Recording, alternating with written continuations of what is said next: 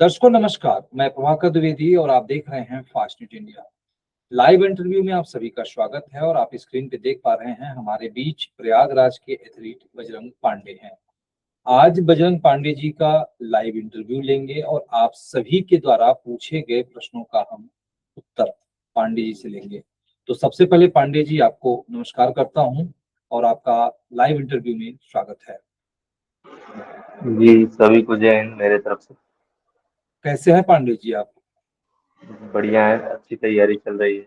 चलिए बड़ी अच्छी बात है और आपकी उन्नति के लिए और अग्रिम उन्नत भविष्य के लिए मैं कामना करता हूँ ईश्वर से कि आप और उन्नति करें। तो आपकी उपलब्धियों के बाद हमारे कुछ दर्शकों के मन में कुछ प्रश्न था, तो मैंने सोचा कि बजरंग पांडे जी से डायरेक्ट इन प्रश्नों का हम उत्तर लेते हैं। तो आप क्या हमारे दर्शकों के प्रश्नों के उत्तर देने के लिए तैयार हैं? जी बिल्कुल। तो सबसे पहला प्रश्न पांडे जी मैं आपसे यही करना चाहूंगा कि जैसे आप अक्सर देखते हैं कि जब बच्चा रहता है तब उससे गार्जियन और उसके रिश्तेदार या कोई भी जब भी मिलता है तो उससे एक ही चीज पूछता है कि बेटा बड़ा होके तुम क्या बनोगे। तो ऐसे में बचपन से ही बच्चे का एक सपना होता है, वो उसी से पूछा जाता है कि वो क्या बनेगा। तो सबसे पहला प्रश्न मैं आपसे यही करूंगा पांडे जी कि बचपन से एथलीट बनने का सपना आपके मन में कैसे आया? पहला तो ये हमारे दर्शकों को आप बताएं। स्टार्टिंग में जब मैं गांव में रहता था, मतलब 12-13 साल का था, तभी से हम गांव में जैसे ग्राउंड नहीं होते थे तो वहां पे दौड़ते थे। मतलब कि 12-13 साल की उम्र में जैसे घर से हमारे 1-2 किलोमीटर दूर पे एक मंदिर था, तो वहां मतलब दौड़ते हुए जाते थे, दौड़ते हुए आते थे। तो स्टार्टिंग से ही हमें रनिंग में काफ़ी हमें अच्छा लगता था कि हमें रनिंग करना है। और ऐसे ही मतलब कि बचपन से ही रनिंग हमने स्टार्ट की और डेली मतलब कि 13-14 ऐसे ही डेली मतलब ग्राउंड पे जाते थे, रोड पे दौड़ते थे। 13 साल से ही हमने रनिंग स्टार्ट की और हमने ऐसा हमें लगता था कि हमें रनिंग में ही करियर बनाना है और हमें रनिंग काफ़ी अच्छी लगती थी जब हम्म, मैं इसकी मतलब ट्रेनिंग करता था। मतलब कि आपका बचपन से ही दौड़ में रुझान रहा और बचपन से ही आप दौड़ते थे और आप उसी को अपना जो है कैरियर चुन लिए। ठीक है हम्म, पांडे जी, सुन पा रहे हैं मुझको आप? हाँ। चलिए एक अगले प्रश्न की तरफ बढ़ते हैं हम आपसे। तो आपने जो ये अभी जो वर्तमान में एथलीट में आपका सिलेक्शन हुआ है, तो मतलब बचपन से लेकर के यहाँ तक कि जो आपने संघर्ष किया, इस संघर्ष और सफलता के लिए आपने कितना संघर्ष किया, जरा इसके बारे में आप हमारे दर्शकों को बताएं। आपने कैसे कहाँ क्या किया कि आपका मुकाम हासिल हुआ है? हम स्टार्टिंग से ही रनिंग करते थे और सबसे पहले तो हमें अंदर से ऐसा लगता था कि हमें इंडियन आर्मी में जाना है और हम्म, इंडियन आर्मी के लिए ही मैं रनिंग करता था। हम्म, इंडियन आर्मी को बहुत ज़्यादा लाइक करता था, तो एनसीसी में लिया था कॉलेज से, सी सर्टिफिकेट है मेरे पास। हाँ, एनसीसी के बाद मैं इंडियन आर्मी, उसके बाद जब स्कूल लेवल पे दौड़ाते नहीं कि दूसरे हाँ, स्कूल वालों से रनिंग होती थी, तो वहां जाते थे, रनिंग करते थे और हमने एनसीसी में भी एक्सीलेंट रेस मारी थी। उसके बाद स्कूल लेवल पे गेम खेलना स्टार्ट कर दी। उस समय मेरी उम्र कुछ नहीं तो 16 साल 15 साल की थी एकदम ऐसे। तो हमने स्कूल लेवल पे रनिंग अपनी स्टार्ट कर दी। उसके बाद हमने ऐसे ही तहसील ब्लॉक खेलते, फिर हमने 17 जब हम हुए तो जूनियर नेशनल हमने खेला। मतलब पहले क्या होता है कि आप ब्लॉक खेलेंगे तो आपका जिला लेवल में चयन हो जी, जाएगा, जिला लेवल में अच्छा प्रदर्शन करेंगे तो स्टेट, स्टेट में अच्छा करेंगे तो नेशनल, फिर हम्म, इंटरनेशनल। तो हाँ, ऐसे ही फिर हमने डिस्ट्रिक्ट खेला। हमारा डिस्ट्रिक्ट प्रयागराज पड़ता है, तो वहाँ हमने डिस्ट्रिक्ट कंपटीशन किया, फिर हमारा हम्म, स्टेट में चयन हुआ तो स्टेट में हम गए। स्टेट के बाद फिर हमारा जूनियर नेशनल में हुआ जो कि बनारस में हुआ था। जूनियर नेशनल हमने खेला, वहाँ पे अच्छा प्रदर्शन रहा। फिर हमारा सीनियर नेशनल जो कि फेडरेशन में हुआ था हम्म, छत्तीसगढ़ में, तो हम्म, हमने सीनियर नेशनल में भी अच्छा प्रदर्शन किया। फिर 2023 में इंटरनेशनल चैंपियनशिप 2023 जो कि फ्रांस में हुई थी, उसमें हमारा हाँ, चयन हो गया 100 मीटर दौड़ में, जो कि किसी का नहीं हुआ था। तो हम्म, वहां पे पहुंच के फाइनल में 6 कंट्री आई थी, तो हमने उसमें भारत के लिए स्वर्ण पदक पहला इंटरनेशनल में जीता। अच्छा। पांडे जी, जैसे कहा जाता है कि हर सफलता के पीछे या तो परिवार का हाथ होता है या तो गुरुजनों का हाथ होता है। तो मैं आपसे बस ये जानना चाहता हूँ, परिवार ने आपकी सफलता में क्या भूमिका निभाई है? देखिए, फैमिली में किसी को पता नहीं था कि फैमिली में सब यही बोलते थे कि सरकारी नौकरी पा जाए लड़का बस हो गया, और किसी को कुछ जानकारी नहीं थी कि ओलंपिक क्या है, एथलीट क्या है, मेडल क्या होता है, देश के लिए खेलना क्या होता है, किसी को कोई जानकारी नहीं थी। जी। बस लोग वही क्रिकेट देखते थे, तो किसी को कुछ जानकारी नहीं थी ना। अब जब जानकारी ही नहीं है तो सपोर्ट क्या करेंगे, बस यही बोलते थे कि सरकारी नौकरी पा जाओ, बस हो गया, बस यही है, और कोई सपोर्ट नहीं है फैमिली की तरफ से। अच्छा, मतलब परिवार की कोई खास आपको सपोर्ट नहीं मिला क्योंकि उनको जो है जानकारी ही नहीं था। ठीक है। नहीं। तो पांडे जी, अब अगले प्रश्न की तरफ हम बढ़ेंगे। बहुत बहुत धन्यवाद, आपने जो प्रश्न का उत्तर दिया। अच्छा, एक और प्रश्न कि आपके पहले कोच कौन थे और उनसे आपने क्या सीखा? देखिए, बचपन के जो हमारे गुरुजी हैं, इससे पहले भी बताया था, प्रभाकर दत्त मिश्रा, जो कि हमारे मतलब गाँव के ही गुरुजी हैं। हाँ। वो हमें स्पोर्ट्स के लिए काफ़ी ज़्यादा प्रेरणा देते थे। काफ़ी ज़्यादा उन्होंने कहा कि तुम्हें इंडिया खेलना है, देश के लिए खेलना है, तो वही हमें गाइडेंस देते थे स्पोर्ट्स के लिए। वो इस हाँ। समय वो 85 के करीब हैं, 85 साल के हैं। हम्म। वो अध्यापक थे स्कूल में। हम्म। तो वो हमें स्पोर्ट्स के लिए गाइडेंस देते थे कि तुम्हें स्पोर्ट्स करना है, रनिंग करना है, और तुम्हें इंडिया के लिए खेलना है। अच्छा, एक चीज और पांडे जी, रोजाना आपकी जो ट्रेनिंग मतलब कितने घंटे की होती थी? जो आप सीख रहे थे या जो ट्रेनिंग आप ले रहे थे, कितने घंटे की होती थी आपकी? हम 8 से 9 घंटे की ट्रेनिंग करते थे, जो कि अच्छा। हमारे गांव से 7 किलोमीटर दूर पड़ता था। हाँ। सिरसा, वहाँ पे गंगा गंगा जी की रेस होती है, तो वहाँ पे जाके ट्रेनिंग करते थे। 8 से 9 घंटे ट्रेनिंग करते थे टायर बांध के। अच्छा। और डाइट देखिए, हर स्वस्थ जीवन है तभी जाके आदमी खेल सकता है, पढ़ सकता है, कुछ भी कर सकता है। तो स्वस्थ जीवन के लिए आपकी डाइट क्या थी और फिटनेस की रूटीन क्या थी आपकी? आप अपने खान पीन में क्या लेते थे जो है? डाइट तो सबसे पहले क्या होता है कि अगर वो एथलीट है, इंटरनेशनल एथलीट है, तो उसे नॉन वेज खाना पड़ेगा, क्योंकि वेज में आप उतनी प्रोटीन, उतनी कैलोरी नहीं पा सकते। क्योंकि हम्म। जितने भी कोच, जितने भी फिजियोथेरेपिस्ट हैं, सब ने यही बोला कि आपको नॉन वेज खाना ही पड़ेगा, अंडा खाना पड़ेगा, चिकन खाना पड़ेगा, नहीं तो आपकी रिकवरी नहीं होगी, आप अच्छी परफॉर्मेंस नहीं दे पाएंगे। और सारे इंटरनेशनल खिलाड़ी खाते हैं नॉन वेज, अच्छा। लेकिन हमारे जो गुरु जी हैं उन्होंने कहा कि नॉन वेज नहीं खाना है। हम्म। लेकिन जो हमारे कोच है उन्होंने कहा कि बेटा नॉन वेज नहीं खाओगे, गेम से बाहर हो जाओगे, परफॉर्मेंस नहीं आएगी। लेकिन हमने अपने गुरु जी की बात मानी, और हम्म। मैं नॉन वेज नहीं खाया, और हम हम्म। शुद्ध शाकाहारी भोजन पे ही यहाँ तक पहुंचे। बहुत अच्छी बात है। अगले प्रश्न की तरफ बढ़ते हैं कि आपको सबसे कठिन प्रतिद्वंदी कौन लगता है? जो आप अभी एक लक्ष्य बना लिए होंगे कि हमको ये करना है, तो आपका प्रतिद्वंदी आपको कौन दिखाई दे रहा है?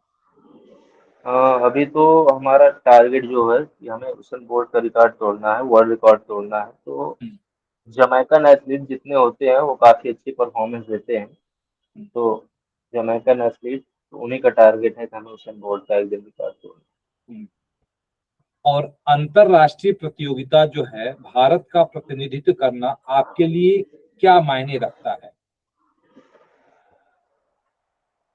देखिए, इंटरनेशनल इंडिया को रिप्रेजेंट करने के लिए बहुत बड़ी बात होती है। उसके लिए कई प्लेटफॉर्म हमें क्रॉस करने होते हैं, तब जाके हमारा इंडिया लेवल में मेरा चयन होता है। इसके लिए डिस्ट्रिक्ट, स्टेट, फिर जूनियर नेशनल, नेशनल, फिर उसमें इंटर स्टेट चैंपियनशिप, आपको उसकी क्वालिफिकेशन देनी पड़ेगी, तब जाके आपको इंडिया को रिप्रेजेंट करने का मौका मिलेगा। काफी स्ट्रगल है, तब जाके आप इंडिया को रिप्रेजेंट कर।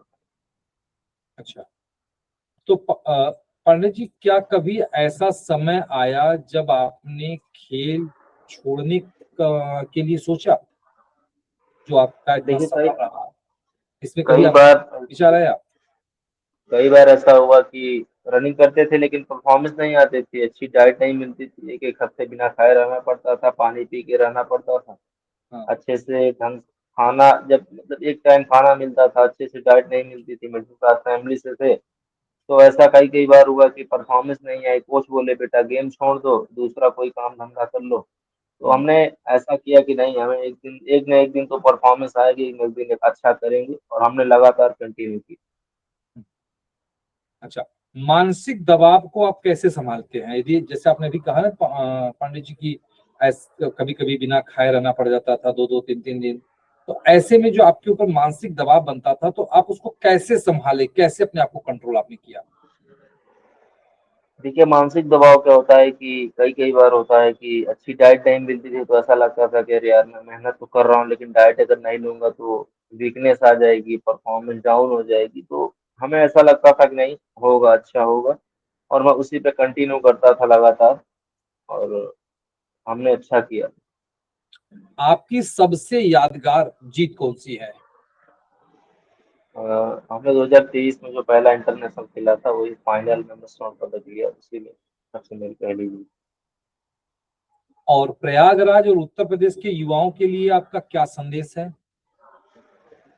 मैं सभी एथलीटों से यही कहूंगा कि आप एक इवेंट सेलेक्ट करिए जिसमें आप ये ना कहिए, कई एथलीट होते हैं कि परफॉर्मेंस नहीं आती तो अपना प्लेटफॉर्म चेंज कर देते हैं, कोई दूसरा इवेंट कर लेते हैं। तो ऐसा नहीं करना है, आप एक इवेंट पकड़ के रखिए, 2 साल 3 साल 4 साल लगेगा, आपको परफॉर्मेंस मिलेगी।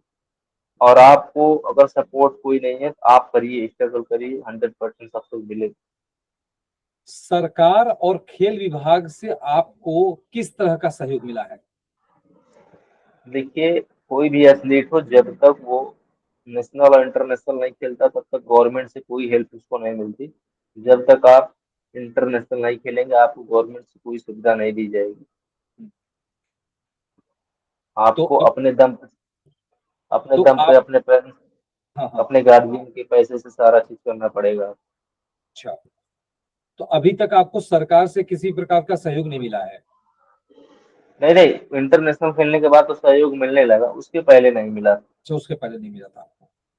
यदि आपको और बेहतर सुविधाएं मिले तो आप किन उपलब्धियों का लक्ष्य रखते हैं? हम देखिए, हम इसके पहले भी बताया है कि हमें वर्ल्ड रिकॉर्ड तोड़ना है, जो कि मेरा शुरू से वही एम रहा है। तो हम उसको पूरा करेंगे, उसके लिए काफी ज्यादा स्ट्रगल कर रहे हैं।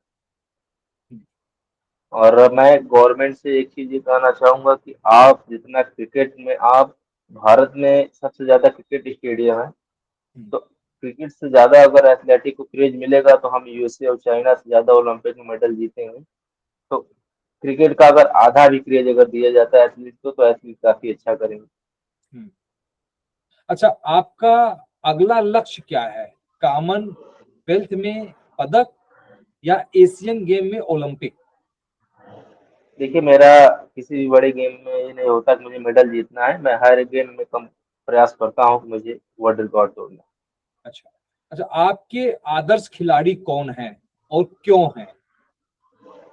देखिए, ऐसे तो हम आइडियल तो हनुमान जी को मानते हैं, लेकिन वैसे टारगेट उसेन बोल्ट का रिकॉर्ड तोड़ना है, तो उसेन बोल्ट की देखते हैं चीजें, एक्सरसाइज वगैरह तो क्या करते हैं बस।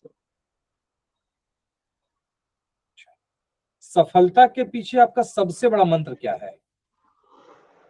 सबसे बड़ा मंत्र यही होता है कि आप ब्रह्मचर्य से रहिए, दिनचर्या आपकी सही होनी चाहिए, स्ट्रगल अच्छे से करिए, आप कुछ डायरेक्शन से मेहनत कर रहे हैं, कोच आपके अच्छे होने चाहिए, डाइट आपकी अच्छी होनी चाहिए, तब आप जाके आपको 100% सक्सेस मिलेगी। चलिए पांडे जी, बहुत बहुत आपको बधाई दूंगा, धन्यवाद दूंगा कि आपने हमारे सभी प्रश्नों का उत्तर बड़े ही बेबाकी से दिया।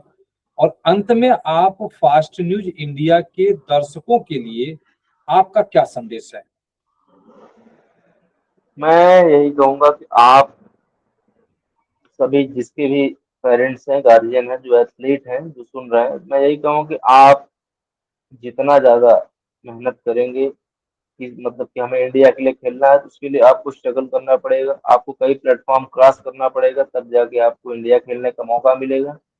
और उसके लिए आपको कई प्लेटफॉर्म, जैसे कि डिस्ट्रिक्ट स्टेट, इसके पहले मैंने बताया, तो उसमें आपको अच्छी परफॉर्मेंस देनी पड़ेगी, तब जाके आप इंडिया खेल पाएंगे। और भारत के लिए मेडल जीतना मैं चाहता हूँ कि सब जीतें, क्योंकि ओलंपिक में बहुत कम मेडल है भारत के लिए। तो एक दिन ऐसा आएगा कि यूएसए और चाइना से ज्यादा भारत के पास ओलंपिक में गोल्ड होगा। और मैं गवर्नमेंट से चाहूंगा कि और ज्यादा फैसिलिटी दे स्पोर्ट्स बच्चों को। तो पांडे जी, अभी हमने आपका एक फोटो शेयर हुआ था जिसमें आप योगी जी से मुलाकात किए थे। तो मैं ये जानना चाहूंगा कि योगी जी ने आपको बुलाया था या आप योगी जी से मिलने के लिए समय लिए थे? नहीं नहीं, योगी जी से हम गए थे मिलने, योगी जी ने बुलाया नहीं था। और अच्छा। हमको 2 बार मिल चुके हैं योगी जी से। हम्म। तो मैं फिर योगी जी से हाँ। वही हमने उनसे रिक्वेस्ट किया कि हमारे यहाँ जो कि 60-70 किलोमीटर दूर गांव है, हम्म। वहां से 50-60 किलोमीटर दूर एक स्टेडियम है।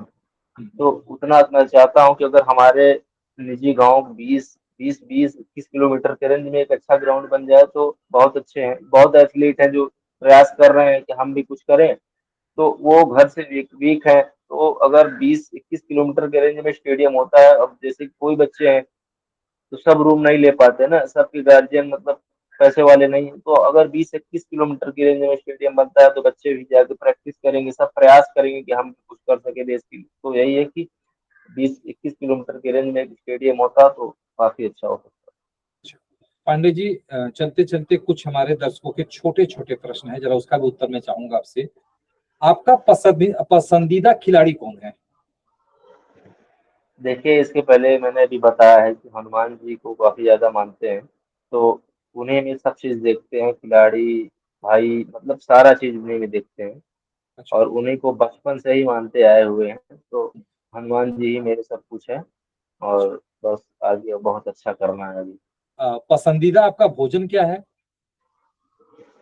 पसंदीदा भोजन तो जैसे कि पनीर, पनीर खा लेते अच्छा, हैं, पनीर। पनीर पसंद करते हैं। हाँ। पसंदीदा शहर क्या है आपकी? शहर, सिटी।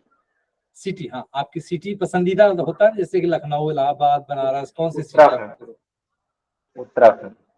अच्छा, उत्तराखंड आपको पसंद है, ठीक है। और आप जो ट्रेनिंग लेते हैं सुबह या शाम, आपको कौन सा टाइम पसंद है? सुबह। सुबह की टाइम है। और जीतने के बाद सबसे पहले किसे आप फोन करते हैं? गुरु जी को। तो गुरु जी को फोन करते हैं। और आपका मोटिवेशन को कौन है? गुरु जी हैं। तो गुरु जी हैं। और गोल्ड मेडल या वर्ल्ड रिकॉर्ड, पहली पसंद क्या है? World record. एक शब्द से खुद को कैसे परिभाषित करेंगे आप? देश के लिए मेडल जीतना। सब देश के लिए मेडल जीतना, बहुत बढ़िया, बहुत बहुत धन्यवाद। अच्छा, यदि आप कॉमनवेल्थ गेम में पदक जीतते हैं तो वह पदक किसे समर्पित करना चाहेंगे और क्यों करना चाहेंगे? हम तो सारा पदक हनुमान जी को ही समर्पित करते हैं, क्योंकि उनका हमारे पीछे काफी ज्यादा सपोर्ट है शुरू से ही। तो हनुमान जी को ही सब चीज समर्पित है हमारी। चलिए पांडे जी, आपको बहुत बहुत बधाई दूंगा, धन्यवाद दूंगा कि आप अपने इष्ट देव और हनुमान जी को आपने अपना गुरु माना, देव माना, सब कुछ माना। तो बहुत बहुत धन्यवाद हमारे लाइव इंटरव्यू में आने के लिए, आपको बहुत बहुत बधाई दूंगा। और आप जरूर वर्ल्ड मेडल जीते, इसके लिए मैं बहुत बहुत धन्यवाद देता हूँ। नमस्कार, जय हिंद।